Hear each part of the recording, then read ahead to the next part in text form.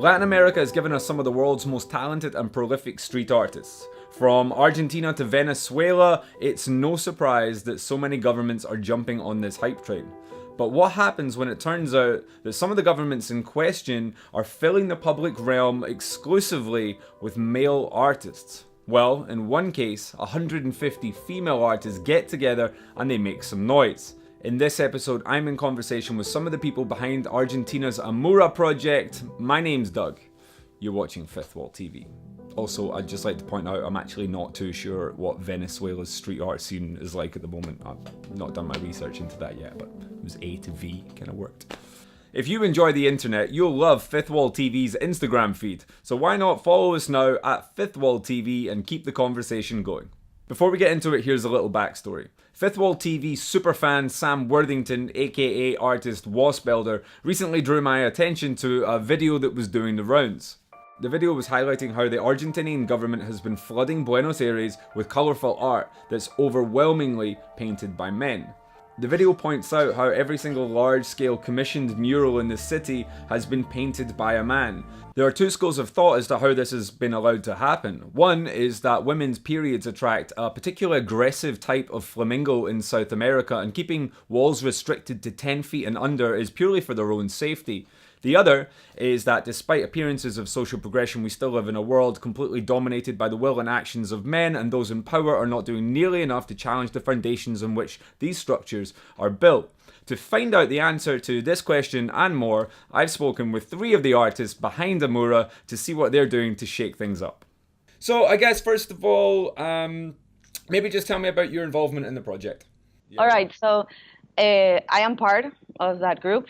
This group started a few months ago due to a specific circumstance in which we were asked to participate in an event, me and a few other female muralists from Argentina. It was in March. March is the month that we celebrate women, and so they wanted to do an event with women who paint because it's March, and well, marketing about women in March, right?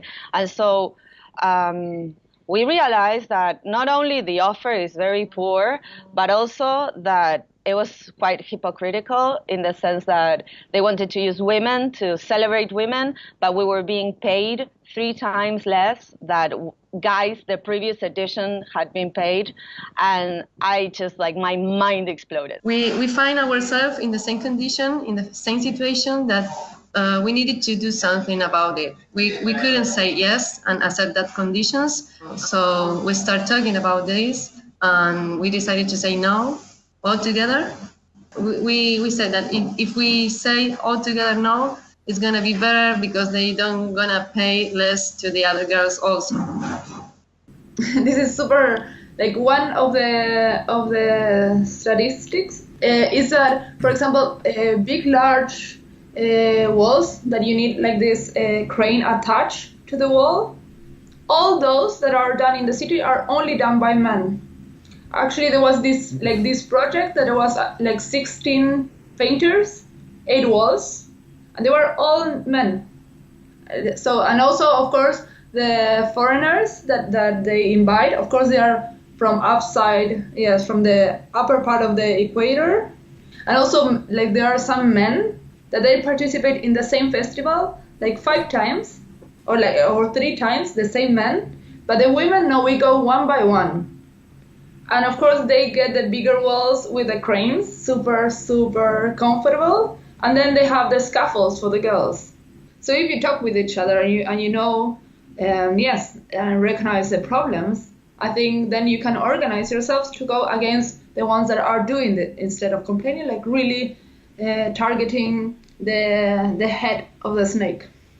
Do you feel that this imbalance then that exists within this particular project within Argentina, do you think this is reflective of Argentinian imbalance? I think it's reflective of Argentinian chauvinism and a certain culture that has naturalized inequality, in gender inequality over the years. It's a very strong Latin American tradition, and not just in Latin America. I mean, it is the society that we live in, but it is very naturalized in our country. We're just talking about street art, especially because the statistics show great inequality, but this happens everywhere, right? So it's just a manifestation of the culture.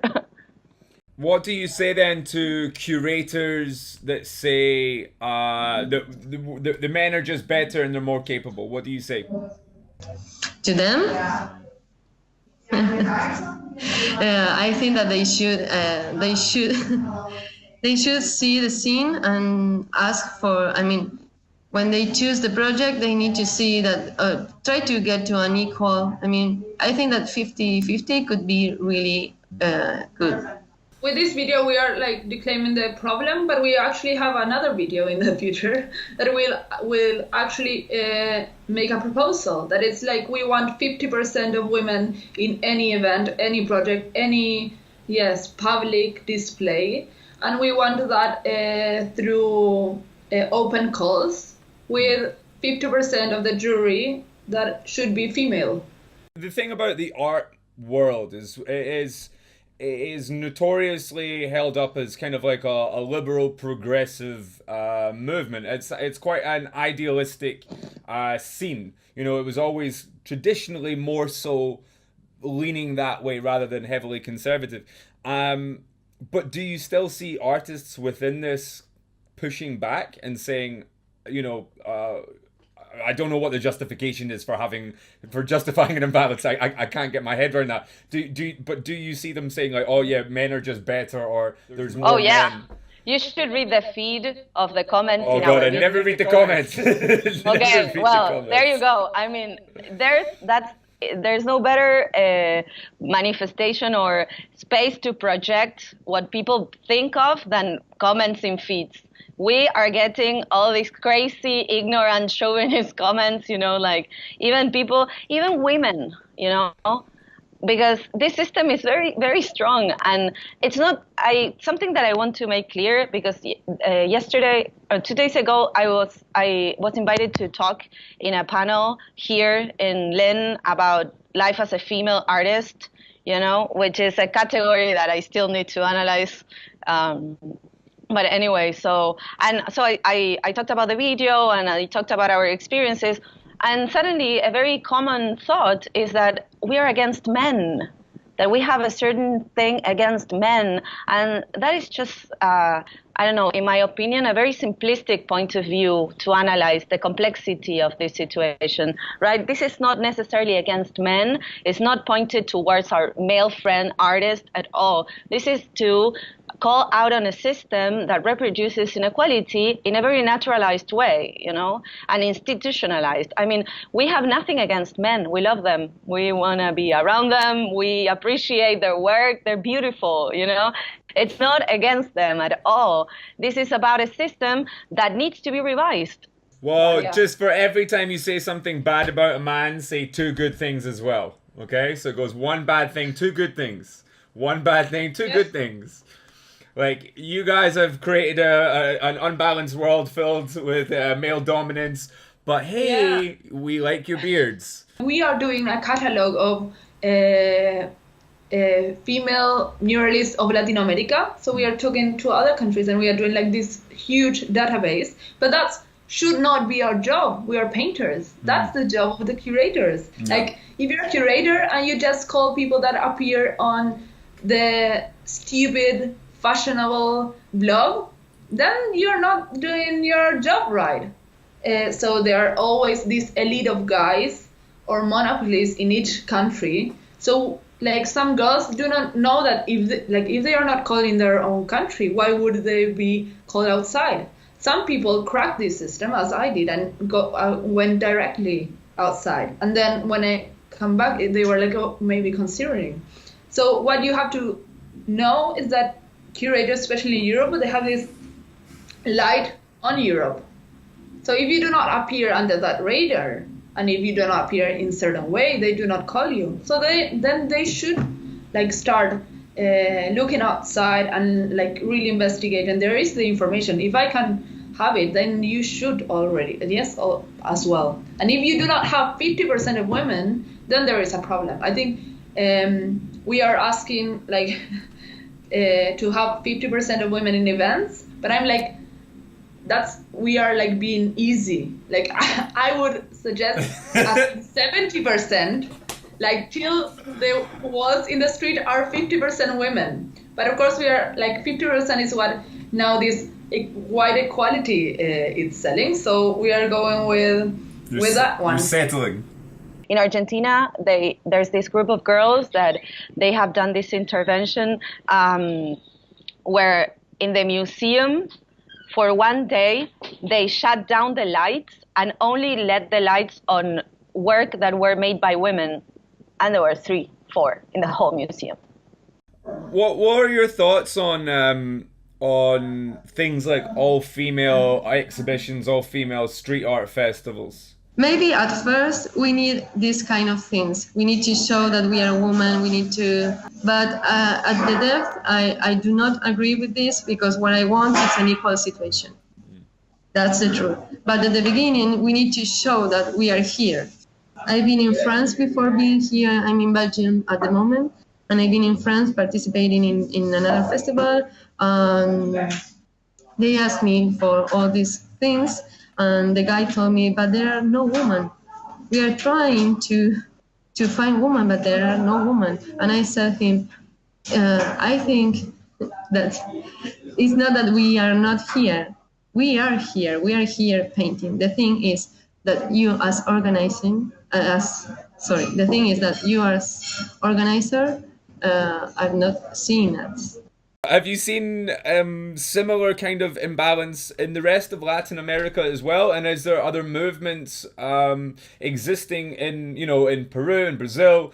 And are you communicating with each other?